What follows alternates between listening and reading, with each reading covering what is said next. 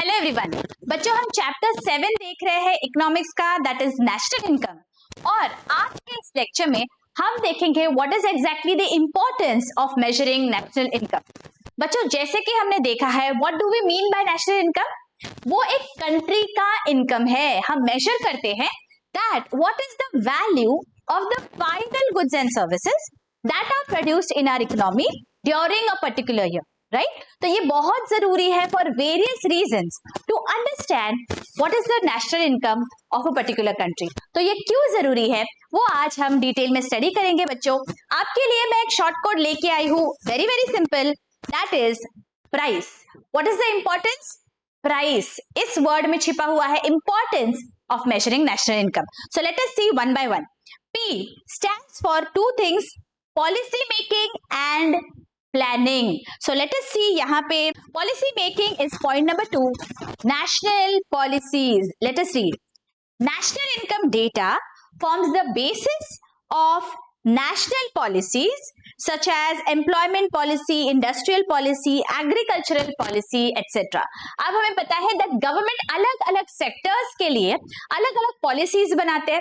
अब वो कैसे पता चलेगा that कौन से sector को actually कौन सी चीज की जरूरत है, कहाँ पे it is lagging behind, what is exactly required? जब national income का data मिलता है then government can take required measures, it can formulate different policies for the benefit of different sectors. तो ये बहुत इंपॉर्टेंट है जानना कि हर सेक्टर में एक्चुअली कितना इनकम हो रहा है, what is the graph of that sector, पहले वो सेक्टर कैसे परफॉर्म कर रहा था, अब कैसे कर रहा है, so that government is able to devise different policies for the benefit and upliftment of different sectors.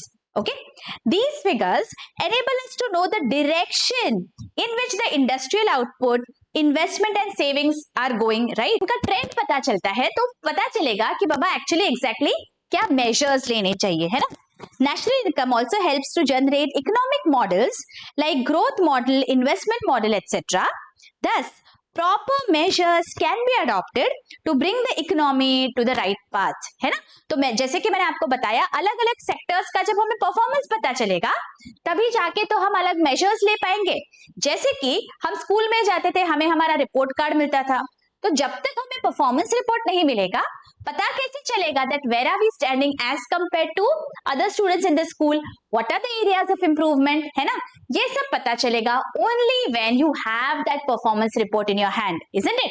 Similarly for the country, अगर performance report in the form of national income हमारे पास है तो ही हम अलग अलग पॉलिसीज डिवाइस कर सकते हैं for the betterment of various sectors, है ना? सबसे पहला पॉइंट हमारा है national policies and second is economic planning. हमें पता है कि हर 5 साल के बाद हमें 5 ईयर प्लान्स बनाना होता है for different sectors. Government allocate करती है रिसोर्सेज एक पर्टिकुलर सेक्टर में, 5 साल तक कैसे कैसे मेजर्स लिए जाएंगे उसे हम बोलते हैं इकोनॉमिक प्लानिंग। तो पूरे कंट्री के लिए इस तरह से 5 ईयर प्लान बनता है, राइट? तो वो प्लानिंग के लिए भी बहुत इंपॉर्टेंट है ये डेटा, है ना? सो let us read. For economic planning, data pertaining to national income is very essential. This includes data related to country's gross income, output, savings, investment and consumption which can be obtained from different sources. यहाँ पे हमने क्या देखा बच्चों? 2 P's देखे हैं। Price, P stands for national policies and the other P stands for economic planning. Okay, now let us see what does R stand for. R stands for research, है ना? तो अभी रिसर्च देखते हैं, पॉइंट नंबर 4। अलग अलग जब हम रिसर्च करना होता है हमें तो it has to be backed by data, और वो डेटा कहां से मिलेगा? नेशनल इनकम का जो डेटा है that becomes very very important for carrying out different researches. So let us see. National income data are also used by the research scholars of economics. They make use of various data of countries' input, output, income, savings, consumption and investment which are obtained from social accounts. अलग अलग sectors का उन्हें जब data मिलता है, investment कितना है, savings कितना है कंट्री में, what is the input, what is the output, है ना? खर्चा कितना हुआ है, ये सब डेटा जब उन्हें मिलेगा then research will be done to understand that okay क्या प्रॉब्लम्स है और क्या सॉल्यूशंस है ना? तो रिसर्च के लिए बहुत इंपॉर्टेंट होता है नेशनल इनकम का डेटा। ओके, तो 3 पॉइंट्स हमने देख लिए बच्चों। Price, now what is I stand for? Let us see. I stands for income. So यहाँ पे हमारा point number 6, distribution of income. National income statistics enable us to know about the distribution of income in the country from data related to wages, rent, interest and profit. अब ये wages, rent, interest and profit क्या है? हमने देखा हुआ है, this is reward of the factors of production. और अलग-अलग factors of production जो है, land, labour, capital and entrepreneur, ये सब मिलके ही तो प्रोडक्शन करते हैं, है ना, हमें पता है। चारों की जरूरत है किसी भी प्रोडक्शन के लिए।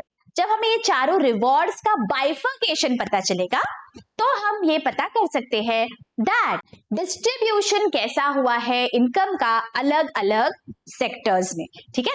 We understand the disparities in the income of different sections of the society. तब हमें पता चलेगा दैट ओके, कोई पर्टिकुलर सेक्टर है जहां पे बहुत ज्यादा पैसा चला गया, लेकिन कोई sectors in spite of working hard may be they have not receive fair share of income, है ना। तो ये जो डिस्पैरिटी है ये कब पता चलेगी? जब हमारे पास इंफॉर्मेशन होगी। तो ये इंफॉर्मेशन मिलती है नेशनल इनकम के डेटा से, ओके। तो यहाँ पे इनकम का डिस्ट्रीब्यूशन जो बहुत ही इंपॉर्टेंट है for the social welfare also, तो ये बहुत इंपॉर्टेंट है समझना for a particular country that जो इनकम मिल रहा है वो कैसे डिस्ट्रीब्यूट हुआ है अलग अलग सेक्टर्स में, ठीक है। तो यहाँ हमने देख लिया I stands for income. Let us move to the next point, C, comparison of standard of living. जैसे कि मैंने आपको ऊपर वाले एग्जांपल में बताया दैट जब हमारे पास हमारी मार्कशीट आती है, हमारा रिपोर्ट कार्ड आता है, then we will compare ourselves with other students in the class and understand that where we stand. तो जब यहाँ पे हमें कंपैरिजन करना है that okay, what is the standard of living of people in India, what is the standard of living of people in America, what is the standard of living of people in Nepal, है ना। तो अलग अलग countries के लोगों का हमें अगर कंपैरिजन करना है तो ये कैसे पता चलेगा? हमारे पास कुछ डेटा होना चाहिए and that data is provided by national income. So let us see comparison of standard of living. National income data helps us to compare the standards of living of people in different countries and of people living in the same country at different times. जैसे अगर हमें compare करना है that हमारा standard of living कैसा है compare to our parents, या ये कंपेयर करना है कि हमारे पेरेंट्स का स्टैंडर्ड ऑफ लिविंग कैसा था कंपेयर टू देयर पेरेंट्स, है ना। तो अलग अलग टाइम पीरियड में एक ही कंट्री के अलग अलग टाइम पीरियड में how has the standard of living of the people improved, ये कैसे पता चलेगा? That will be understood by the national income data, okay. And last point है हमारा E, that is the economy. पूरे इकोनॉमी के लिए भी बहुत इंपॉर्टेंट है, वो कैसे? Let us see. National income data is important for the economy of a country.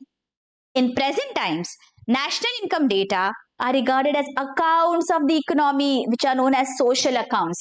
जैसे कि अगर कोई भी छोटा मोटा बिजनेसमैन रहे या फिर कोई बहुत बड़े बिजनेसमैन रहे टाटा अंबानी के जैसे, अगर उन्होंने अकाउंट्स मेंटेन किए तो ही उन्हें पता चलेगा ना कि उनका बिजनेस का परफॉर्मेंस कैसा है, तभी उन्हें पता चलेगा बाबा बिजनेस में मुनाफा हो रहा है या लॉस हो रहा है। सिमिलरली फॉर द कंट्री, अगर हम नेशनल इनकम का डेटा रखेंगे तभी हमें पता चलेगा दैट कंट्री किस डायरेक्शन में जा रही है, हमारी इकोनॉमी प्रोग्रेस हो रही है या नहीं। How do we understand whether we are developed economy और whether we are developing economy और whether we are a backward economy, ये कैसे पता चलेगा? हमारे पास कुछ प्रूफ होना चाहिए and national income data is a very big proof of the performance of the economy as a whole, okay. It tells us how the aggregates of a nation's income, output and product result from the income of different individuals, products of industries and transaction of international trade. Okay? तो ये points हमने देख लिए बच्चों, importance of national income, और simple code है आपके लिए price. Okay? Let us quickly revise.